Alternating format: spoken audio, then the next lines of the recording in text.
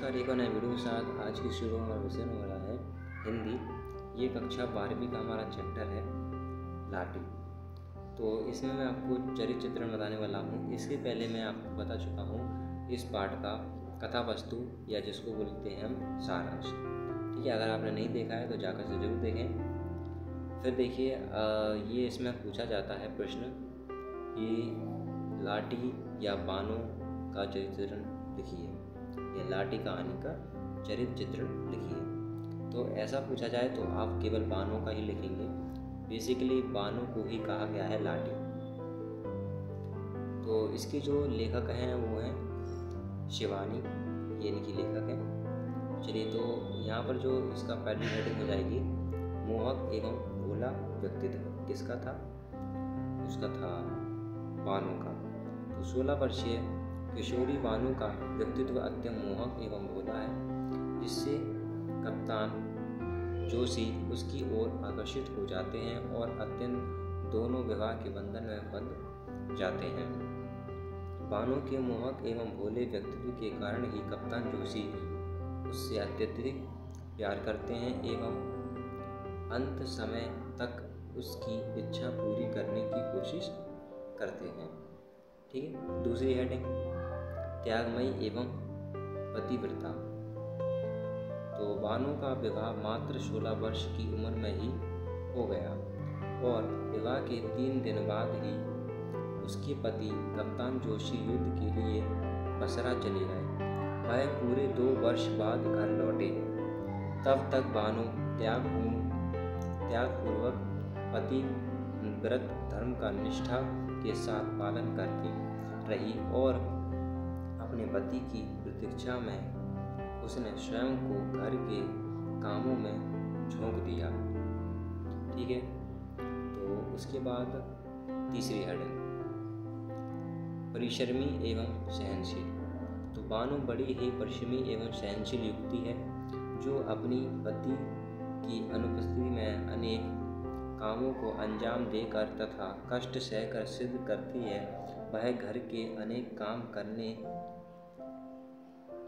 के अलावा घर के लोगों के व्यंग्यवाण भी सहती है। मतलब कि जो उनका बुरा व्यवहार था उसको भी वह सहती है, लेकिन मुख से कुछ नहीं कहती।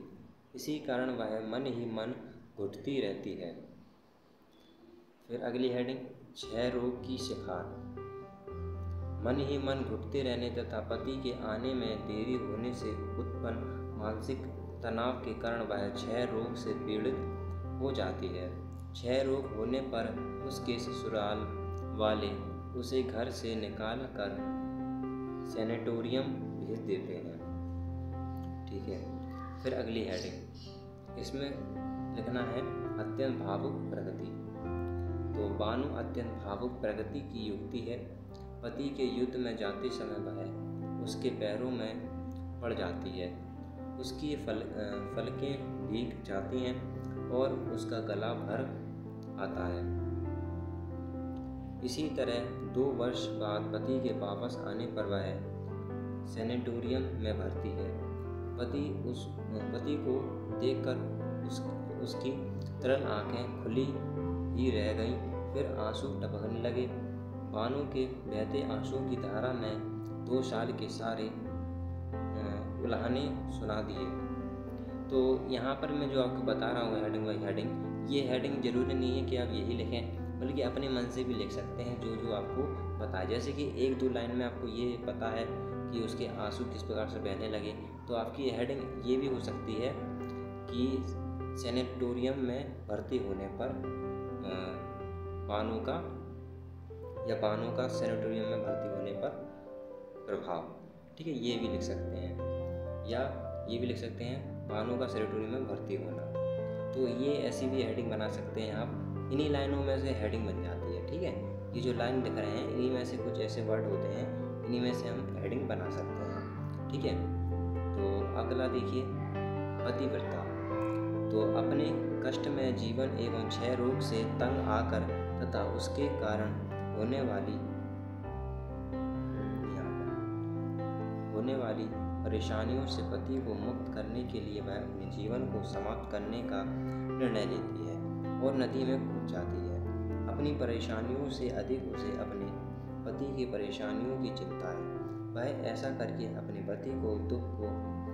पति के दुख से मुक्त प्रदान करना चाहती है। इस प्रकार बाण और लाठी का चरित्र चित्रण अत्यंत भावपूर्ण एवं संवेदनशील है, जो पाठकों को हृदय को झकझोर देता है।